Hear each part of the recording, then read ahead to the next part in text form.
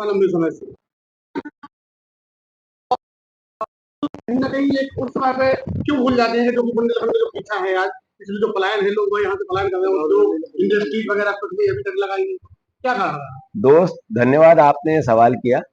हम ही थे जिन्होंने बुंदेलखंड के विकास को लेकर अलग अलग में 7,000 करोड़ रुपए दिए थे। अलग अलग समय पे पैकेज दिया था। यही बीजेपी के शिवराज सिंह जी थे, करप्शन की भेंट चढ़ गई, तब आपने क्यों नहीं लिखा? हम ही थे जिन्होंने केन बेतवा के नाम पे आज जो ये पाखंड मचा रहे हैं, नरेंद्र मोदी दो दो बार आके या भाषण दे रहे हैं।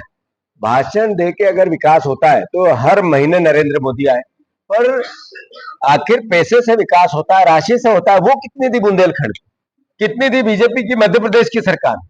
सवाल यह है कि पूरा देश समृद्ध हो रहा है, इसके भाषण सुनते हैं हम। मध्य प्रदेश समृद्ध हो रहा है, इसके भाषण सुनते हैं। वो आपके घर में नजर क्यों नहीं आता? वो बुंदेलखंड के घर में नजर क्यों नहीं आता? वो इन बच्चों को जो एसटी एससी वर्ग के हैं, जो सामान्य वर्ग के हैं, जो किसान वर्ग के हैं, जो व्यापारी के परिवार के बेटे, उस पर नजर क्यों नहीं आता है विकास? कुल मिलाकर भारतीय जनता पार्टी भ्रम, नफरत, घृणा और लोगों को गुमराह करके सत्ता में हथिया ली है। और वही धर्म के आधार पे अधर्म करना बीजेपी का एक तरह से चलन बन गया है। इसी के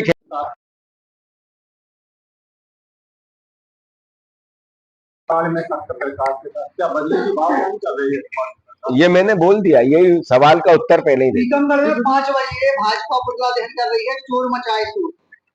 किसका टुकड़ा? बुंदेलखंड में जो दौरा चल रहा है आपका, हाँ? और राहुल गांधी सोनिया गांधी पे जो आरोप लगे हैं, इसको लेके जो कांग्रेस की तरफ से बयानबाजी हो रही है, उसको लेकर बीजेपी पुतला दहन कर रही है, कह रही है चोर मचाए शोर। क्या करेंगे? मैं इतना ही कहूंगा कि भगवान उनको सद्बुद्धि दे। अगर सत्ता में रह के वो इस तरह के कृत्य करते हैं तो वो इस लोकतंत्र को नहीं मानते, इस वोट की ताकत को नहीं मानते, अपने राजनीतिक धर्म का जो सत्ता में रह के उसका काम नहीं करते। वो कितने पुतले जला ले। इससे पहले भी अंग्रेजों से माफी मांगी थी उनने, अंग्रेजों का साथ दिया था। हम ही थे जो देश को आजाद, हमारे ही पूर्वज थे। सोनिया गांधी जी जिन पे आरोप लगाए, उनके पति ने देश के प्रधानमंत्री रहते हुए इस देश की एकता अखंडता के लिए अपने चिथड़े चिथड़े उड़वा लिए। उनकी सास ने, जो इस देश की प्रधानमंत्री थी, दुनिया में जिन्होंने एक भारतवर्ष का लोहा मनवाया, उन्होंने एकता और अखंडता के लिए अपना सीना छन्नी करवा लिया।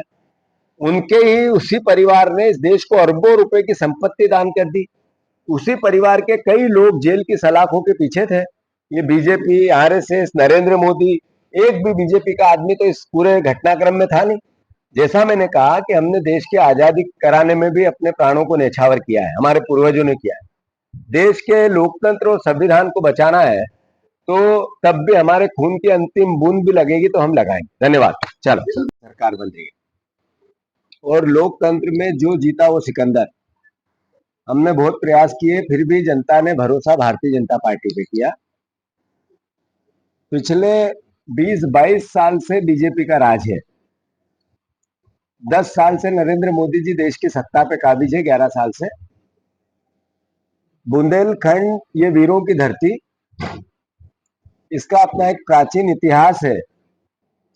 अगर यहाँ आज पलायन सबसे देश में सबसे ज्यादा होता है तो इसके लिए अगर कोई एक दोषी है जिसके पाप को भोगी जो भागी है तो वो भारतीय जनता पार्टी की सरकार है, शिवराज सिंह चौहान है, अब मोहन यादव जी। अगर बुंदेलखंड से पलायन होता है 25 साल की सरकार के बाद, तो फिर इस बात का एहसास सभी लोकतंत्र के चौथे स्तंभ के प्रहरियों को होना चाहिए कि जो भारतीय जनता पार्टी के लोग आपके सामने आते हैं तो ये अपराधी के रूप में आते हैं। बुंदेलखंड में सबसे बड़ी बेरोजगारी, हमारे बच्चे नशे में परेशान है, माता पिता। अगर यहाँ बेरोजगार बच्चा अगर आपको दिखे तो बेरोजगारी का सबसे बड़ा कोई दोषी है जिसने ये पाप किया है, तो यहाँ के चुने हुए वो जनप्रतिनिधि जो सत्ता में है। मोदी जी ने इस चुनाव में 2023 के 5 गारंटियां दी थी मोदी की। वो चाहे गेहूं के 2700 के दाम की बात थी, या 3100 के धान की बात थी, या 6000 के सोयाबीन की बात थी, या 450 के गैस सिलेंडर की बात थी। 3000 बहनों को देंगे। आप लोगों को याद होगा कि शिवराज सिंह जी ने बड़े बड़े पांडाल लगा के बहनों को इकट्ठा सरकारी पैसे से कर करके 1-1 हजार करोड़ रुपया खर्च किया उस दौर में, जब चुनाव से पहले 6 महीने। और पूरा कर्जा ले लेके और कहा बहना चिंता मत करना, अभी मेरे पास 1,000 है, जैसे ही चुनाव जीतूंगा 3,000 दूंगा। ये धोखा देकर वोट लेने की प्रोसेस पूरे देश में अगर किसी ने लागू की तो ये भारतीय जनता पार्टी। आज ही महाराष्ट्र में इनने 2100 रुपए कहा था, 500 रुपए अखबार की सुर्खियां बनी हुई।